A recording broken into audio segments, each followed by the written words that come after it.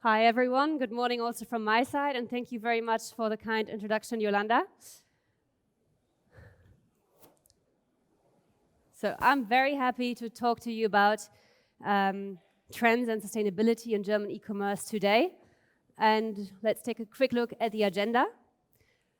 First of all, I'm going to give you a quick introduction to Idealo, what we do, and why we talk about this topic.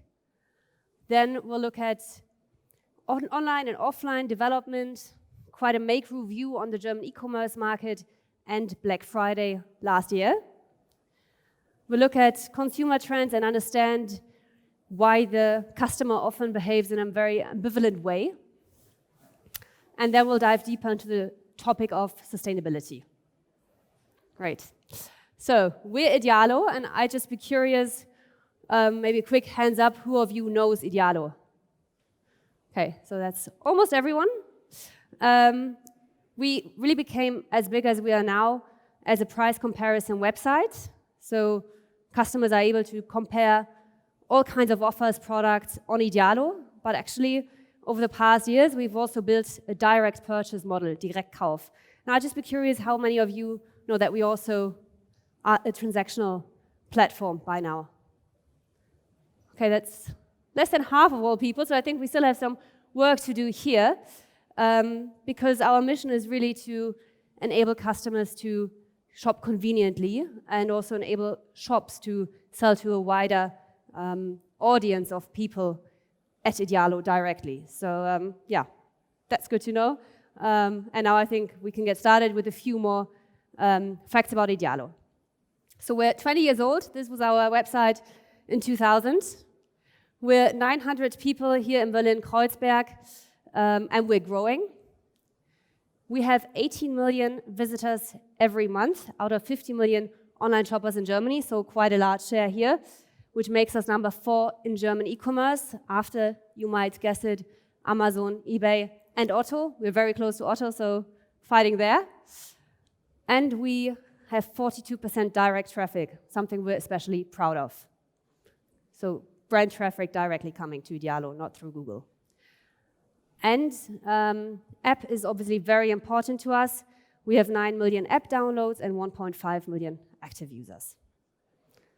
Exactly. And now let's get straight into the topic, the content, with a macro view on the German market, online versus offline on Black Friday. And before we start, a short disclaimer. Talking about trends in e-commerce is a big topic. And probably if I asked some of you in the room, I would get a lot of different answers from artificial intelligence, augmented reality, and so on and so forth. We will touch upon quite a lot of these, but of course not everything and not in all depth. We will focus on the ones where we as Idealo have gathered particular insights. We conducted a large survey among more than 1,000 online shoppers to understand better their behavior. We drew on market data and, of course, our very own data at Idealo to present you a few insights here. And there's even more that we found out than what I can present today. So please shoot us an email if you want to get the entire white paper presentation at idealo.de, and you'll get it straight into your inbox. Cool. So let's start with a high-level view on the German e-commerce market. Is it actually still growing? I mean, it's been around for more than 20 years now, but we can see it's actually still nice growth. We're now at 58 billion euro turnover in 2019. But if we take a bit of a deeper look, closer look to it, we can see that, yes, growth numbers are declining. Obviously, the market is getting more mature. And since 2018, we're the first time in one-digit growth, no longer two-digit. But I would say 9% is still a very nice growth number. Where does this growth come from? So we took a look and compared online growth to overall offline retail growth. And we can see that overall retail is also still growing, but of course online is eating from the overall market where growth numbers are much smaller than in online. I think not a surprise, but good to see that also the overall market is still actually growing at a roughly 2 to 3% rate. So if we look a bit deeper into the categories, so where is this growth coming from, we can see that the two largest categories in online make over 50%. This is fashion and consumer electronics. And fashion has actually taken the first place now within the online categories with 24%. Consumer electronics is declining, which is quite interesting. If we just saw the average is actually around 9% growth in online commerce, yeah, consumer electronics does not profit from that as much. And the fastest growing category in online is fast-moving consumer goods, plus 5%. And that's also the one that is declining in offline retail. So here there's really an opportunity to grow for shops. So talking about online and offline retail, of course, we need to speak about connected commerce as well, which for us is especially about connected pricing as a price comparison website. And we asked our customers, how often do you search for prices online when actually shopping in a store? And in fact, more than 50% do that on a regular basis, and only 15% say they don't do it. So it's really absolutely common for shoppers nowadays to be in a shop and compare directly the prices. And what I found particularly interesting is that 1/3 of these shoppers would also then try to negotiate down the price when being in the shop with a seller. And yeah, speaking about prices and price discounts, of course, it was already in the introduction. We also want to share some insights on what happened Black Friday last year and about the prices there. So Black Friday, it's been around for also some time now, and we asked ourselves the question, is it actually still that big, the hype, or has it maybe now also reached a plateau? So we looked at the sessions at Idealo over the past years, and we can see it's still very much peaking. But you can also see that actually 2017 to 2018 seems to be much of a bigger increase than what we saw over the past 2 years. So if we take a closer look, in fact, the sessions on Black Friday have seen a major increase over the past years, but from 2018 to 2019, it's a bit of a smaller growth, but of course still more than 40%. But if you change a little bit the perspective on the day and look at the entire Black Friday week, which we defined as plus minus 3 days of Black Friday, it shows a different picture. There we can actually see that growth is still increasing. So the Black Friday week is getting much more important, and I think that's a very important insight for all shops and merchants to really take advantage of this and start already Monday, Tuesday in the week of Black Friday, and of course also Cyber Monday, to make sure that customers buy at their store, because I think Amazon does that very well. We really saw that they used the whole week and profited from that growth. And then, of course, an important question, especially in Germany and the German media, are discounts on Black Friday real, or is it just, made up? And actually, 55% of the customers that we asked don't believe in Black Friday discounts. So we looked at our data and at the biggest category by search volume, from smartphones to consoles, and the blue line shows the average discount on Black Friday compared to the weeks before. And we can see there's quite a variance, so it really depends on the product, but discounts, we can confirm, luckily, are real, especially in category of notebooks and televisions. You can make a very good bargain, but also in the biggest category, it's at least 5% on average, the discount to the weeks before. Idealo bestseller hasn't changed in the past years. Any guesses? It's the AirPods. I think also the most common Christmas present over the past years, already bought at Black Friday. And here you can see the price development of the airports on Idealo. Price at Black Friday was 134. The average price before the weeks before was 144. So average discount of around 6 to 7%, which is consistent with what we saw before. Cool.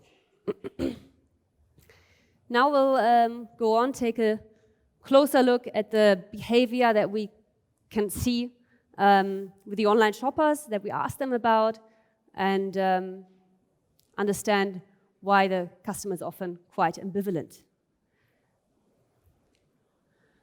So one thing that we found is that customers are increasingly data sensitive. I don't think that data sensitivity is a new topic, but what is interesting that it has increased quite a lot over the past year, from 2018 to 2019. So we asked customers whether they're afraid that companies know too much about them and their preferences, and this number has risen by 5% point to 58% in 2019. And also in line with that, yes, of course, a large part, more than 50%, are still willing to give away their data for an attractive advantage, a deal, and so on. But also this number has declined. So data is important, data sensitivity for the customers. Yet, at the same time, they like to have individualized communication, individualized offers. So they want to be addressed in a particular way, in a personalized way. Of course, you can argue that these 43% are the ones that actually on the previous slide say, I don't care about my data, so maybe the customer is not that ambivalent, it's just different customer groups. But it's very interesting that at least they also feel, more than 50% feel annoyed by the multitude of offers. But here, the trend is clearly towards more individualization. And the storage of personal data is useful in some ways, especially for payment. This share has also increased, so customers seem to differentiate more on this side. Another topic, of course, when we talk about trends, we also asked our customers what they think about augmented reality. And we asked them whether they've already used it or whether they can imagine to use it. And it's still not largely common, but 16% say they have already used it for shopping. And more than half of them can imagine to use it. So here lies also an opportunity, especially, of course, for furniture shops and likewise. And they also found it useful, so of course, good to know, so that they would actually end up buying the product if they liked it. Another trend, smart speakers. I think there's also more sessions on this over the course of the day here at Expo Berlin. We also asked them about this, so I quickly want to touch upon it because it's interesting how fast it is increasing. Just over last year, we see that more than 50% of customers have a smart home device or are planning to buy one. And this has risen by 9%. And then the question, is this relevant for shopping? So what do they use the smart device for? It's not so relevant yet. So we see that 20% can say they can imagine to use it for ordering products, but the bigger areas of usage still lie within getting information, listening to music, and so on. So the more simpler applications. Another point, topic that we wanted to share with you is on delivery times.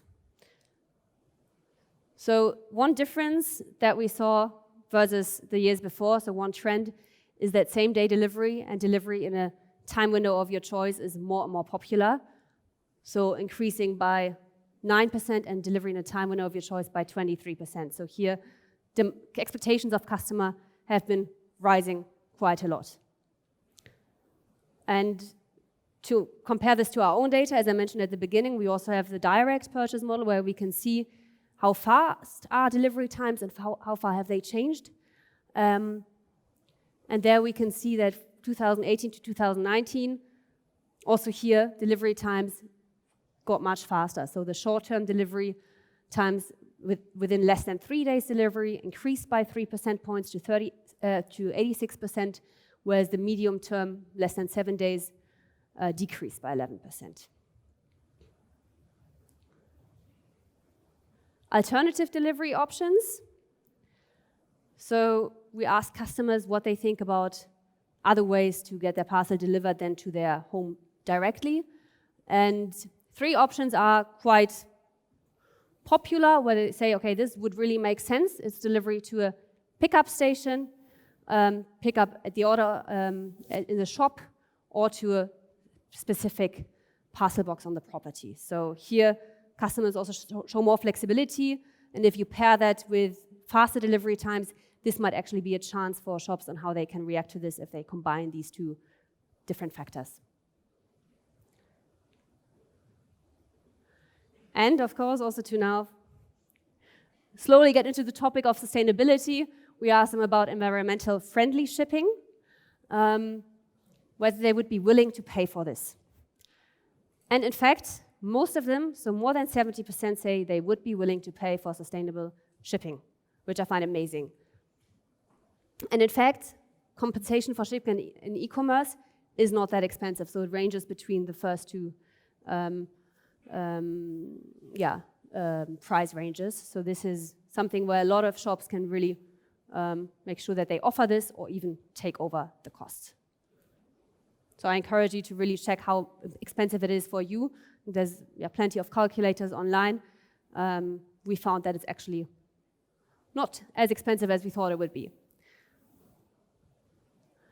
And they also say they would like to use reusable packaging if it's easy and not too expensive. So of course also again here we are ambivalent humans. We need to make it as easy as possible. And they still want convenience, so being able to return products if they don't fit, being flexible is highly valued. 64% want this. At the same time, they feel pretty bad about it. They know that they harm the environment. And yeah, this awareness is really rising. So I think this is a good way over to the next and final point of this presentation, sustainability. You might ask, e-commerce and sustainability, isn't that a contradiction? Why do we talk about it at this conference? Don't we have a major stake in this? That maybe the world is not as sustainable as it could be? For sure, but I think that's exactly the point why we need to talk about it. And also take a bit of a deeper look how the numbers actually look like. So we, as a starting point, looked at, okay, wanted to understand what's it really about, how unsustainable is e-commerce versus offline retail. And we got this data and actually found that the total numbers for e-commerce are in most cases lower than buying offline. So even with a return order, so here are all for e-commerce, the different carbon emissions and for stationary trade, and even with return order, you can see that the emissions are lower than if you went to buy shoes and went to the shop by bicycle. This is mostly driven by, you can see the store power and heating that they need to undertake to actually maintain the store. So we all good? Well, I think that's a rhetorical question. Of course not. There's still a lot of things to do. We know that nature is suffering, but also animals are. In the end, it's really about us humans. Also, we will be the first, or one of the first species who will not survive the climate crisis. And lastly, also the economy, of course, is suffering from the climate crisis that we currently see. I think there's also been numbers that have been shared last year that especially industrialized nations, suffer from this. So we need a change, and luckily awareness is really rising. Topic is everywhere, especially the young generation has helped to make sure that this topic is omnipresent. And we can also see it if we look, for example, at numbers that the German Umweltamt asked, okay, what are the most pressing topics that the population is currently having. What do they see as the biggest challenges? It's education, it's social justice, and it's sustainability. And this has risen by 20%. So awareness is very much there, and this means it's also there for us, and of course in consumer behavior, because in the end it's the same people, right, that also consume. And here also, what I found quite interesting, 38% already used green electricity.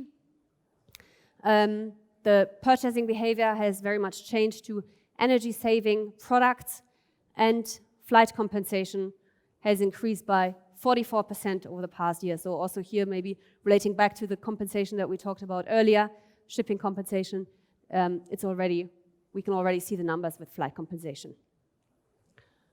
And we can also see this in the purchasing decision criteria of consumers. So they value quality. Of course, you wouldn't buy a product if you don't believe in the quality. They look at the price, but almost 50% say sustainability is a major factor in taking a purchasing decision. And actually, we've looked, so this is the overall for normal purchasing decision. For online shoppers, this number is even slightly higher. It's around 50%. And this is what we want to talk about today. And then the question is, okay, we see all of this happening, behavior is changing, priorities are shifting, and also probably we all care about sustainability as well. So how can we deal with this as an online shop? And we really talked about this a lot at Idealo, because this topic is also very close to our heart. And as well, certificates, green products, so many different things. And I just want to share a little bit on how we approach this at Idealo. And we have 2.5 million products across thousands of categories. And our mission is that we want to help customers take a competent, sustainable purchasing decision. So we started with filters as a kickoff. And at Idealo now, more than 100,000 products have sustainability filters so that customers can actually take a much better decision than before. So we provide diverse filters, certificate filters, for example, in over 50 categories, energy-saving filters in over 30 categories, conservation of resource filters in many categories, and also we have a used product filter. So maybe this is something that you can take as a little inspiration and see whether this might be something for you.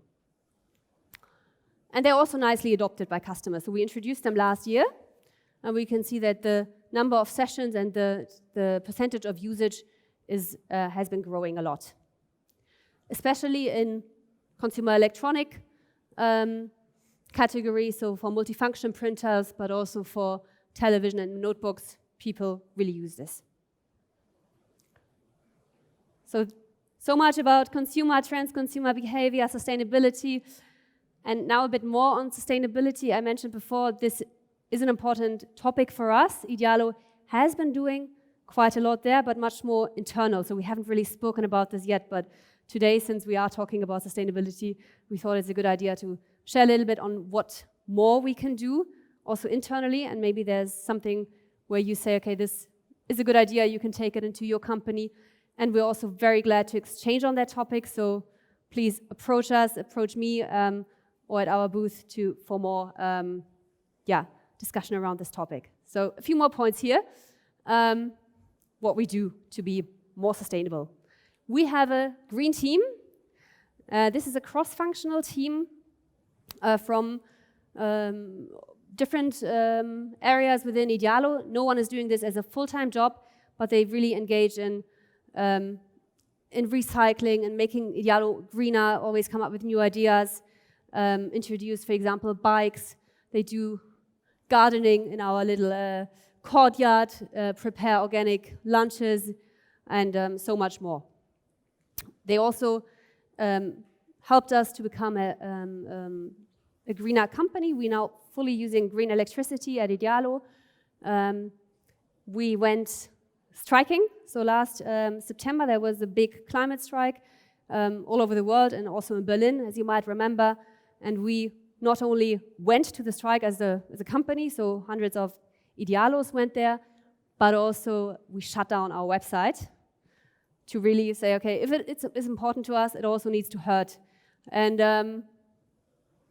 so this was a big thing. And And also a big thing in the media, so we got over 70 clippings.